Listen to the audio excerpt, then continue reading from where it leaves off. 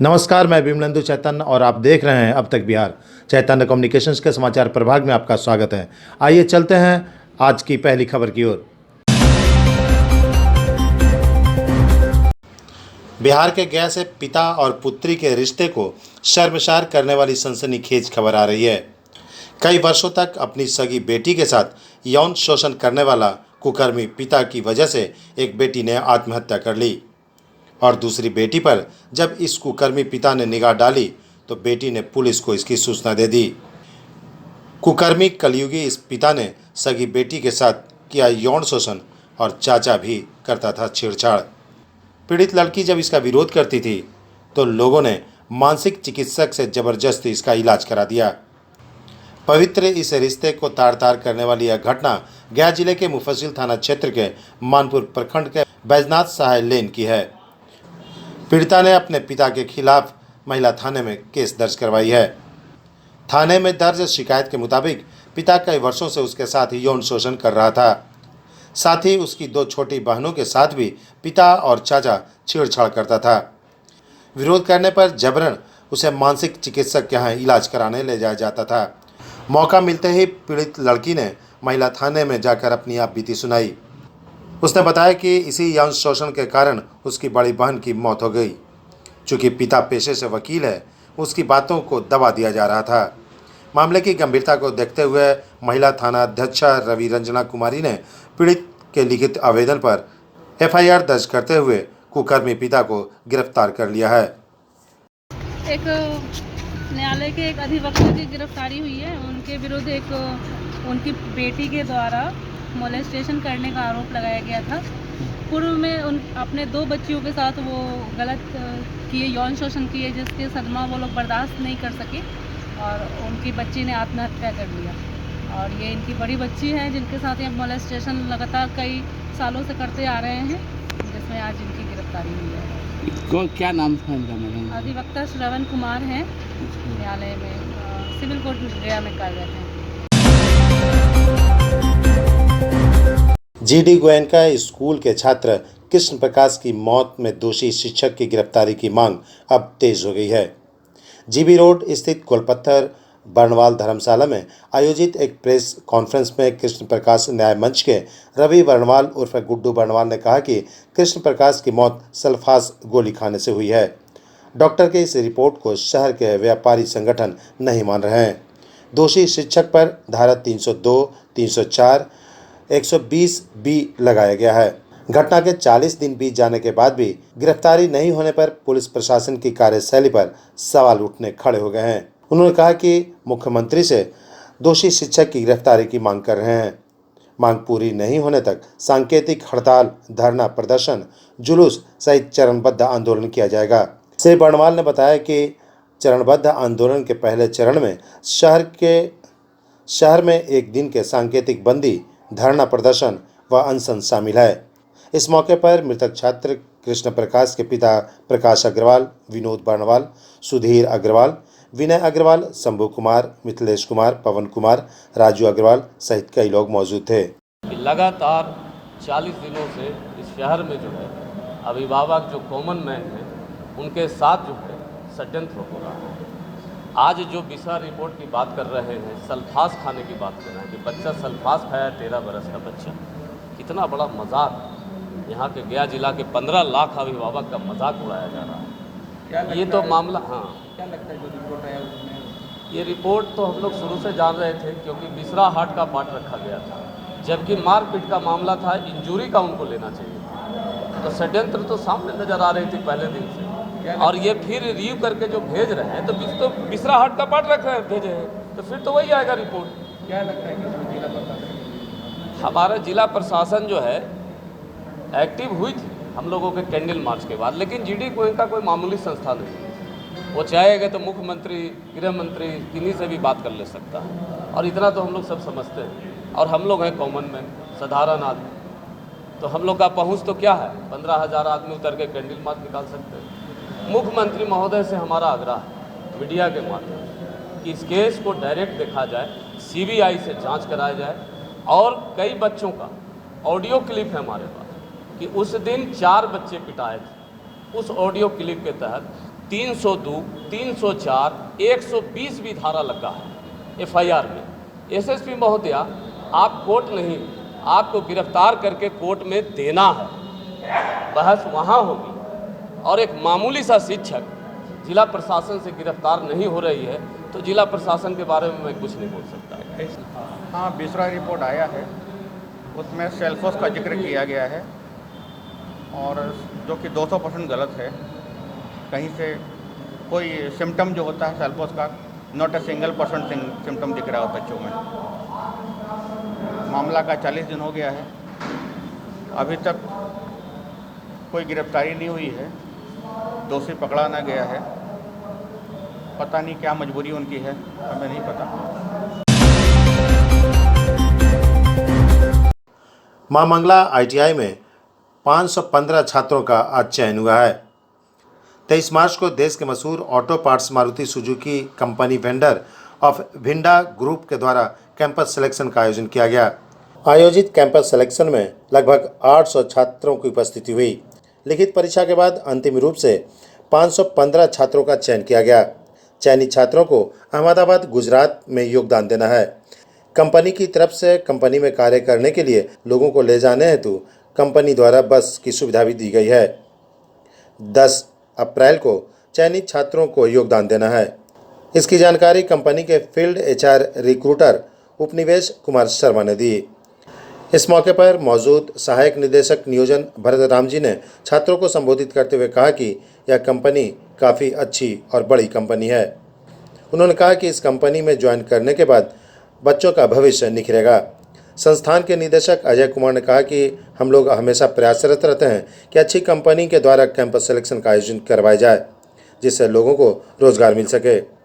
उन्होंने कहा कि यह रोजगार पाने का एक अच्छा माध्यम है। कंपनी ज्वाइन करें और अच्छी कंपनी में कार्य करें। इस मौके पर प्लेसमेंट सेल्स के इंचार्ज रितेश कुमार सिन्हा द्वारा चयनित छात्रों को बधाई दी गई तथा भविष्य की शुभकामनाएं दी गई। इस मौके पर अरविंद कुमार, मंटू कुमार, विकास कुमार, सोनाली कुमारी, पिंटू कुमार, सूरज कुमार, कौशल कुमार तथा सभी अनुदेशक और कर्मचारीगण मौजूद थे। बिहार के गया में अपराधियों ने पुलिस के नाक को दम कर रखा है। पुलिस ने लंबा जाल बिछाया और काफ़ी संख्या में बड़े बड़े अपराधियों को भारी मात्रा में असलाह के साथ गिरफ्तार कर लिया। गया के SSP हरप्रीत कौर ने प्रेस कॉन्फ्रेंस कर गया जिले के अलावे आसपास के जिलों में शातिर अपराधियों की फहरिस्त जारी की। गया के निमचक बथानी के सिरमौर गांव में पुलिस ने 12 अपराधियों को एक साथ गिरफ्तार किया है। पकड़े गए अपराधियों के पास से भारी संख्या में असलहे भी बरामद किए गए। असलहों में सबसे अधिक संख्या राइफल की बताई जा रही है। खास बात यह रही कि पकड़े जाने वाले अपराधियों में एक राजू मियाँ हाल ही में जेल से पेरोल पर छूट कर आया था। वह बेहद ही शातिर अपराधी रहा है। उसके खिलाफ विभिन्न थानों में कई मामले दर्ज हैं। अपने ही गांव के मुमताज़ खान की हत्या के जुर्म में जेल में बंद था। मुमताज़ टाटा के रहने वाले थे और जब गांव आए थे तो उसकी हत्या गोली मारकर कर दी थी। इसमें मेन आदमी था राजू खां उर्फ राजू आलम, उसका काफ़ी लंबा आपराधिक इतिहास है। पहले भी मर्डर, रंगदारी और आर्म्स एक्ट के केस में वो जेल में जा चुका है। उसका क्रिमिनल हिस्ट्री का भी हम लोग आपको डिटेल दे रहे हैं। नीमचक बथानी में ही 6 केस उसके ऊपर रजिस्टर्ड थे, जिसमें एक केस जो है 103/18 302 आर्म्स एक्ट का केस है। इसमें वो पैरोल पे अभी 15 दिन पहले ही छूट के आया था, तो चिकित्सीय कारणों के कारण इसको पैरोल दिया गया था। लेकिन अभी पता चला कि ये फिर से किसी घटना को अंजाम देने की फिराक है, इसलिए काफ़ी लोग भी जमा कर रखे हैं। तो इसीलिए इसी सूचना पे रेड किया गया और ये हथियार जब्त किए गए हैं। गया जिला के गांधी मैदान के गेट नंबर 5 के समक्ष बिहार राज्य आंगनबाड़ी सेविका सहायिका संघ की ओर से देशव्यापी आम हड़ताल पर विभिन्न 20 सूत्री मांगों को लेकर धरना दिया गया। धरना का नेतृत्व जिला मंत्री मंजू कुमारी कर रही थी। धरना पर बैठे सेविका सहायिकाओं ने मानदंड समाप्त किए जाने पर सेविकाओं को सरकारी कर्मचारी का दर्जा देते हुए 24,000 रुपये व सहायिका को 18,000 रुपये प्रतिमाह वेतन भुगतान करने के अतिरिक्त प्रोत्साहन राशि देने, सेवानिवृत्ति के पश्चात प्रतिमाह पेंशन व आर्थिक सहायता देने से संबंधित लंबित मांगों के निष्पादन की मांग को लेकर धरना दे रहे थे। मौके पर मीडिया प्रभारी मधु कुमारी ने बताया कि देशव्यापी आम हड़ताल में हम लोग समर्थन कर रहे हैं तथा C2 के आह्वान पर संघर्ष संयुक्त समिति के बैनर तले 2 दिवसीय धरना प्रदर्शन कर रहे हैं। अपने मांग पत्रों को जिलाधिकारी के समक्ष लोगों ने सौंपने की बातें कही। उन्होंने कहा कि हमारे 20 सूत्री मांगों में कुछ बातें पर सहमति बनी है, जिसमें सुपरवाइजर की बहाली और उम्र सीमा था। हम लोग 14 फरवरी से लेकर के 29 मार्च तक लगातार, आज 28 मार्च तक लगातार धरना प्रदर्शन पर बैठे हुए हैं। कल 29 मार्च का भी हम लोग का धरना प्रदर्शन है। हम लोग को जो सरकार बोलती है कि मजदूर को मजदूरी मिलेगा 500 और 300 रुपया मजदूरी दहाड़ी मिलेगा, लेकिन हम लोग से गाँव से 12 घंटा नहीं 14 घंटा काम लिया जाता है। रात में भी 12 बजे रात में नेट नहीं है तो उसे काम करो, काम लिया जाता है। लेकिन बिहार सरकार के खिलाफ, केंद्र सरकार के खिलाफ हम लोग महिला सेविका सहायिकाओं का शोषण किया जाता है और हम लोग का काम लिया जाता है सरकारी और दाम दिया जाता है एक मजदूर से भी बेहतर। गया जिला के इमामगंज प्रखंड के नीलांचल होटल में NDA MLC प्रत्याशी मनोरमा देवी के चुनाव प्रचार प्रसार के लिए बिहार सरकार के खाद्य एवं उपभोक्ता संरक्षण विभाग के मंत्री लेसी सिंह, लघु सिंचाई मंत्री डॉक्टर संतोष कुमार सुमन, गया सांसद विजय कुमार मांझी सहित निवर्तमान पंचायत प्रतिनिधियों के साथ बैठक कर उनके पक्ष में वोट मांगी गई। MLC के NDA उम्मीदवार मनोरमा देवी ने कहा कि जब हमारे पति स्वर्गीय बिंदेश्वरी यादव थे और जब हम उस वक्त सुखी संपन्न थे तो आप लोगों के हर सुख दुख में शामिल हुआ करते थे और आपकी हमेशा चिंता करते थे। आज मैं अकेली हूँ। अगर आप सच में चाहते हैं और उनकी आत्मा को शांति प्रदान हो तो आप जिस प्रकार से पहले मदद किया करते थे उसी प्रकार आज हमारी मदद करें। मैंने पंचायत प्रतिनिधियों के लिए सदन में वेतन के लिए आवाज़ उठाई है, फिर भी आप मौका देंगे तो आपके वेतन वृद्धि के लिए जरूर आवाज़ बुलंद करूंगी। लघु सिंचाई मंत्री संतोष कुमार सुमन ने मनोरमा देवी के पक्ष में वोट मांगते हुए कहा कि आप लोग डूबती नैया पर मत चढ़िए, क्योंकि अगर एक प्रत्याशी दूसरा बन भी जाता है तो आपकी हक की लड़ाई नहीं लड़ सकता। सरकार से आपके हित के बारे में बिल पास नहीं करा सकेंगे। वहीं मंत्री लेसी सिंह ने कहा कि मैं माननीय मुख्यमंत्री द्वारा चुनाव प्रभारी बनाई गई हूँ। मैं खाद्य एवं उपभोक्ता संरक्षण विभाग की मंत्री भी हूँ। आपको हर मामले में मैं मदद करूँगी। इसके लिए आप मनोरमा देवी की मदद करें। हमारे विधान परिषद के गया परिक्षेत्र के NDA के प्रत्याशी बहन मनोरमा जी हैं, उसी के प्रचार प्रसार के लिए और जो वोटर हैं उनसे अपील करने के लिए हम लोग यहाँ पर आए हुए हैं। और इस चुनाव के प्रभारी भी हमको बनाया गया है नेता के द्वारा, माननीय मुख्यमंत्री जी के द्वारा, पार्टी के द्वारा। उसी सिलसिले में हम लोग घूम रहे हैं और काफ़ी जो हमारे नेता आदरणीय मुख्यमंत्री नीतीश कुमार जी ने पंचायती राज की व्यवस्था को जो मजबूत किए हैं, जो जनप्रतिनिधियों को सम्मान दिए हैं, आरक्षण दिए हैं, उन सब को लेकर काफ़ी उत्साहित हैं। सिर्फ लगता है कि औपचारिकता बाकी रह गई है। इससे हम सब लोग काफ़ी उत्साहित हैं। जो हमारे मतदाता हैं त्रिस्तरीय पंचायती राज के और नगर निकाय के सभी प्रतिनिधि से अपील भी कर रहे हैं। लोगों का अपार समर्थन मिल रहा है। दोहरे महिला हत्याकांड में 3 अपराधी गिरफ्तार किए गए हैं। हत्या में उपयोग लाने वाले चाकू भी पुलिस ने बरामद कर ली है। गया जिला के खिजरसराय थाना अंतर्गत दोहरे महिला हत्याकांड मामले में 3 अपराधियों को गया पुलिस ने गिरफ्तार किया है। ये बातें गया के SSP हरप्रीत कौर ने प्रेस कॉन्फ्रेंस के दौरान बताई। SSP हरप्रीत कौर ने बताया कि खिजरसराय थाना अंतर्गत नावाडी पंचायत के अकौना गांव में बीते 12 मार्च को शौच करने गई नाबालिग लड़की के साथ छेड़छाड़ की गई थी, जिसमें नाबालिग लड़की अपने घर आकर परिजनों को बताई। शिकायत दर्ज कराने के बाद पुलिस हरकत में आई और 3 लोगों को गिरफ्तार कर लिया गया। घटना के दौरान चाकू से गोद कर 2 महिलाओं की हत्या की गई थी। घटना के बाद खिजरसराय थाना कांड संख्या 108/2022 पॉक्सो एक्ट दर्ज की गई थी। घटना को गंभीरता से लेते हुए अभियुक्तों की गिरफ्तारी के लिए अपर पुलिस अधीक्षक के नेतृत्व में एक टीम बनाई गई, जिसमें नीमचक बथानी अनुमंडल पुलिस पदाधिकारी विनय कुमार शर्मा, खिजरसराय थानाध्यक्ष आलोक कुमार सहित पुलिस के जवानों को शामिल किया गया। और छापेमारी दल का गठन की गई, जिसमें 3 अभियुक्तों को गिरफ्तार कर लिया गया है। मैंने बताया जैसे 315 का बोर का राइफल है, एक 12 बोर 2 नाली बंदूक है, एक देसी पिस्टल और एक रेगुलर पिस्टल। इस बार स्वच्छता की श्रेणी में अव्वल आने के लिए नगर निगम के डिप्टी मेयर और मेयर दोनों अथक परिश्रम कर रहे हैं। नगर निगम द्वारा चलाए जा रहे स्वच्छता सर्वेक्षण महाअभियान के तीसरे दिन भी आज कार्यक्रम जारी रहा। विशेष स्वच्छता अभियान का नेतृत्व मेयर वीरेंद्र कुमार उर्फ गणेश पासवान। इस क्रम में वार्ड संख्या 5 के गोविंदपुर और वार्ड नंबर 47 के मानपुर खाजहापुर में देवी स्थान स्थित एक संकल्प सभा का आयोजन किया गया। इस अभियान के दौरान कलाकारों द्वारा नृत्य, नाटिका एवं गीत संगीत के माध्यम से लोगों को जागरूक किया गया। मेयर ने स्थानीय नागरिकों को संकल्प दिलाते हुए कहा कि स्वच्छ एवं सुंदर गयाजी बनाने में सहयोग करें। गया शहर को राष्ट्रीय स्तर पर एक महत्वपूर्ण स्थान दिलाने के उद्देश्य से जारी इस महाअभियान में मेयर, डिप्टी मेयर एवं स्थानीय पार्षद आशा देवी, उषा देवी सहित कई लोगों ने घूम घूमकर स्वच्छता अभियान के प्रति जागरूकता फैलाई। डिप्टी मेयर ने कहा कि स्वच्छता के लिए आम नागरिक को भी साथ देना होगा।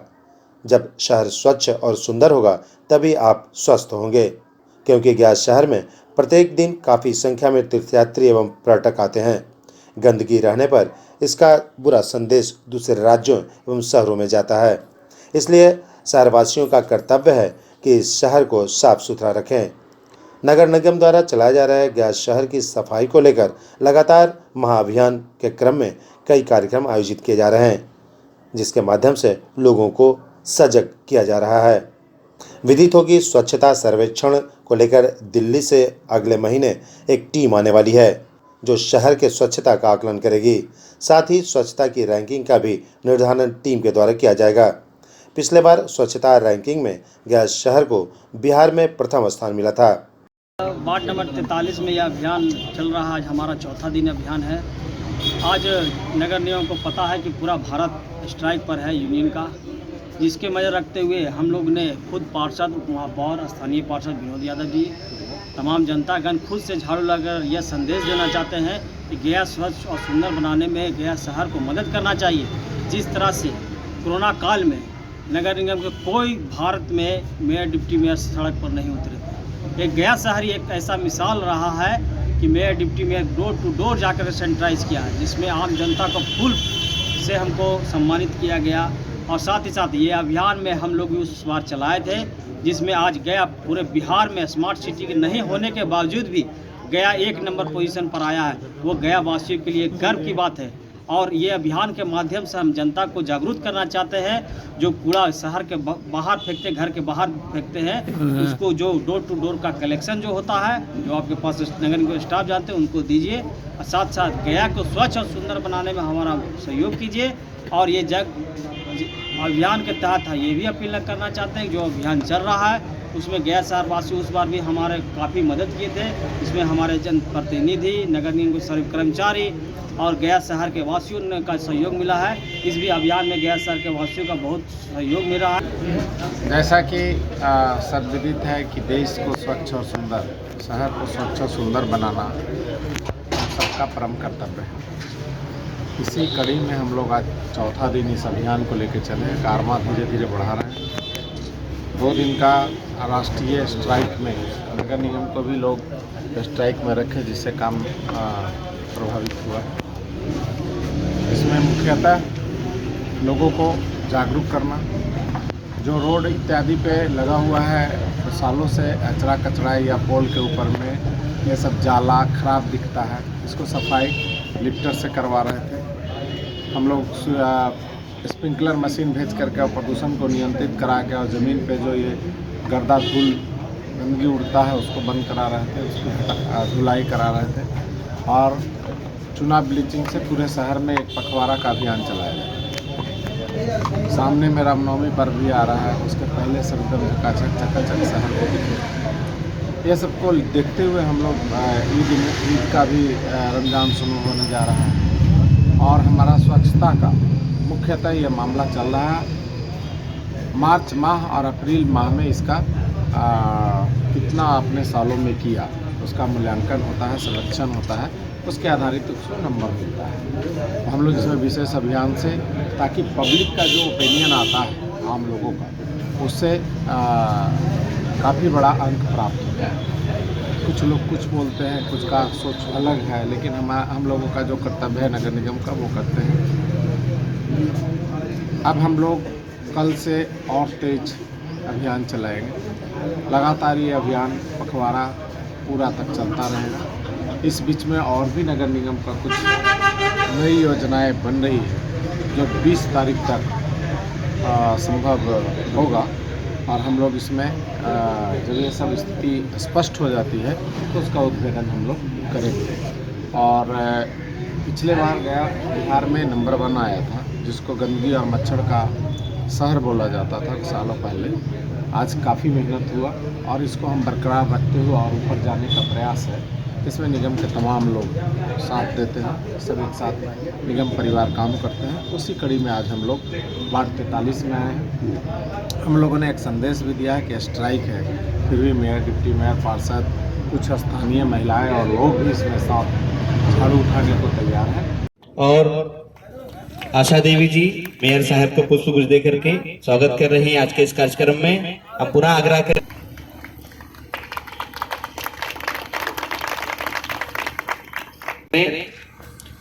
और हमारे बीच में समाज और यहाँ बीच हमारे कलाकार जो मौजूद हैं, हमारे आए हुए हैं, जो लगातार 25 मार्च से जो हैं गया को स्वच्छ और सुंदर बनाने में इनका जो सहयोग है वो सराहनीय है। हम सभी लोगों से आग्रह करें, एक बार जोरदार तालियों से हमारे कलाकार का हौसला अफजाई करें। आज हम लोग खानजहापुर वार्ड 47 में कार्यक्रम चलाते हुए आए हैं। यहाँ पे हजारों लोग, माँ बहन, दोस्त साथी सब लोग एकत्रित हैं। हमारा पूरा अभियान में लगे माता बहन सब बाहर से आए लोग, देखिए नौजवान साथी लोग, सब लोग अवेयरनेस में लगे हुए हैं। स्थानीय पार्षद जी हैं और कई समाज के आसपास के लोग हैं। ये लोग एकदम शपथ लेकर के और ये कह रहे हैं कि हम भी सफाई और स्वच्छता में सहयोग करेंगे, और बिन में, डस्टबिन में या फिर आसपास जो हमारा बाल्टी दी गई है उसमें हम डालेंगे और 100% कचरा उठाव में सहयोग करेंगे। ये अवेयरनेस करना है। चूँकि 7 से 8 करोड़ रुपया, 6 करोड़ रुपया प्रति माह नगर निगम गया नगर निगम का खर्च होता है और बढ़ता ही ये राशि जाएगा केवल स्वच्छता के काम में। तो जब इतने खर्च होते हैं तो क्यों नहीं इसको जागरूक करके उनको जहाँ से ये प्रोडक्ट होता है, जहाँ से ये पैदा होता है, उसी पर स्थान पर रोका जाए इसको। इसका तरीका यही है। और सुंदर और स्वच्छ गया जी को बनाने के लिए हम लोग जल्द से जल्द रेगुलेशन लेकर के आवश्यक प्रक्रिया पूर्ण करना चाहते हैं। तो गया जी के हिसाब से सब कुछ किए जा रहे हैं, चाहे वो विकसित करने का हो, चाहे वो कूड़ा कचरा का ट्रीटमेंट का मामला हो, चाहे वो ये जो घर से मलबा निकलता है उससे ईंट बनाने का हो, या घर से 100% QR कोड लगा के कचरा उठाने का हो, तो वो काम सब प्रगति पर है और बेहतर तरीके से काम आगे बढ़ रहा है। तो हम लोग कोशिश कर रहे हैं कि इसको जल्द से जल्द 100% रूप रंग दें। कुछ लोग तरह तरह की बातें सुनता हूँ या फेसबुक पर 100%। मैं ये बताना चाहता हूँ कि मार्च का महीना में और अप्रैल का स्टार्टिंग में सर्वेक्षण का टीम सर्वे करती है और वो सर्वे के आधार पर ही उसका रैंकिंग होता है। और ये एग्जामिनेशन का वक्त है जो हमने सालों पढ़ा है, वो एग्जामिनेशन में क्या लिखेंगे, क्या बोलेंगे, क्या उत्तर देंगे, उसी पर अंक मिलना है। और जिनको सबसे ज़्यादा नंबर अंक आएगा वो उतना हाई लेवल पर उसका रैंकिंग होगा। तो यही वक्त है एग्जामिनेशन का, तो इसी में करना है। रही बात चर चुनाव का, अभी होगा कि नहीं होगा, जैसा कि राज्य निर्वाचन आयोग या कई जगह मतदाता सूची ही नहीं बन पाया है, रोस्टर नहीं बन पाया है, तो हमको चुनाव के बारे में कुछ भी संभावना फिलहाल नहीं दिखती है। लेकिन जो काम है वो चुनाव के पहले छोड़ के चले जाए, ऐसा हो भी नहीं सकता। हमारा टर्म है जितने दिन का उतना दिन काम करना है, आगे जो नीति बनेगी उस पर काम करना है। केंद्रीय ट्रेड यूनियन और फेडरेशन के देशव्यापी हड़ताल के आह्वान पर डाकघरों में भी ताले लटके रहे। गैर श्रम कानूनों एवं मजदूर विरोधी संशोधन और गुलामी के श्रम कोड कानूनों, कंपनी राज के निजीकरण एवं देश के संसाधनों को बेचने संबंधित बढ़ती बेरोजगारी, कमरतोड़ महंगाई और केंद्रीय ट्रेड यूनियनों के संगठनों पर हमलों के खिलाफ गया प्रमंडल के दो प्रमुख संगठनों अखिल भारतीय डाक कर्मचारी संघ एवं राष्ट्रीय डाक कर्मचारी संघ दोनों ने संयुक्त रूप से 28 मार्च और 29 मार्च को 2 दिवसीय देशव्यापी आम हड़ताल का आह्वान किया था, जिसमें न्यू पेंशन स्कीम की मान्यता पर पुरानी पेंशन योजना लागू करने, सभी विभिन्न विभागों में खाली पदों पर अविलंब बहाली करने, निजीकरण बंद करने, राष्ट्रीय संपत्ति को बेचने एवं लॉगिन एवं महालॉगिन दिवस के नाम पर कर्मचारियों का उत्पीड़न बंद करने संबंधित 18 माह से महंगाई भत्ता के बकाये भुगतान को लेकर 2 दिवसीय राज्यव्यापी आम हड़ताल किया गया। इस बात की जानकारी देते हुए अखिल भारतीय डाक कर्मचारी संघ के सचिव गौतम कुमार एवं राष्ट्रीय डाक कर्मचारी संघ के सचिव विकास कुमार ने बताया कि 2 दिनों के लिए आम देशव्यापी हड़ताल है। अगर सरकार ने हमारी मांगें नहीं मानी तो अनिश्चितकालीन हड़ताल करेंगे। खास तौर पर पुरानी पेंशन नीति को लागू करने सरकार से मांग की जा रही है। इस मौके पर नेशनल यूनियन के अध्यक्ष राजेश कुमार एवं अखिल भारतीय डाक कर्मचारी संघ के अध्यक्ष श्याम किशोर प्रसाद, संघ के मीडिया प्रभारी इमरान खान, मनोज कुमार, शैलेंद्र कुमार, उदय प्रकाश सिंह, पंकज कुमार निराला, शिव कुमार, भोला प्रसाद चौधरी, सूरज कुमार, धर्मेंद्र कुमार, ईश्वर दयाल, आकाश कुमार, वंद कुमार सिन्हा, अंजुम अख्तर खान, नरेश सिंह, सुरेंद्र कुमार चौधरी सहित कई लोग मौजूद थे। हम लोग का ग्रीवांसेस है, सबसे बड़ा पहला ग्रीवांसेस है पुरानी पेंशन को लागू करने का। उसके बाद हम लोग का ग्रीवांसेस है, ऐसे तो हमारा 23 सूत्रीय मांग है, जिसमें से मुख्य मुद्दा है पहला है पुरानी पेंशन योजना को उसको लागू करने के लिए नई पेंशन योजना समाप्त करें। उसके बाद हम लोगों का जो है जो निजीकरण जो हम लोगों का जो किया जा रहा है, औने पौने दामों पे जो सारी सरकारी संस्थाएं बेची जा रही है उसका हम लोग विरोध कर रहे हैं। आउटसोर्सिंग और जो जितना भी तरह का जो पहली जो डिमांड है सरकार से पुरानी पेंशन बहाल करे, निजीकरण बंद करे, आउटसोर्सिंग बंद करे, सारी जो व्यवस्था है वो कर्मचारियों के खिलाफ है। आज औने पौने दामों में सरकारी संस्थाएं बेची जा रही है और कर्मचारी का अभाव है। 8 घंटे के बजाय 10-10 घंटे 12-12 घंटे हम कर्मचारियों से काम लिया जा रहा है। ऐसी परिस्थिति में 2 दिन का हड़ताल, देशव्यापी 23 ट्रेड यूनियनों का हड़ताल 28 और 29 मार्च को हम लोग पूरे देश में कर रहे हैं और सरकार को ये संदेश देना चाहते हैं कि आप मेरी मांगों को माने, नहीं तो आपके खिलाफ, सरकार के खिलाफ हम लोग आगे भी लड़ाई लड़ेंगे और पूर्ण रूप से जो बंदी है वो सफल होगा और आगे की रणनीति पर हम लोग चर्चा करेंगे।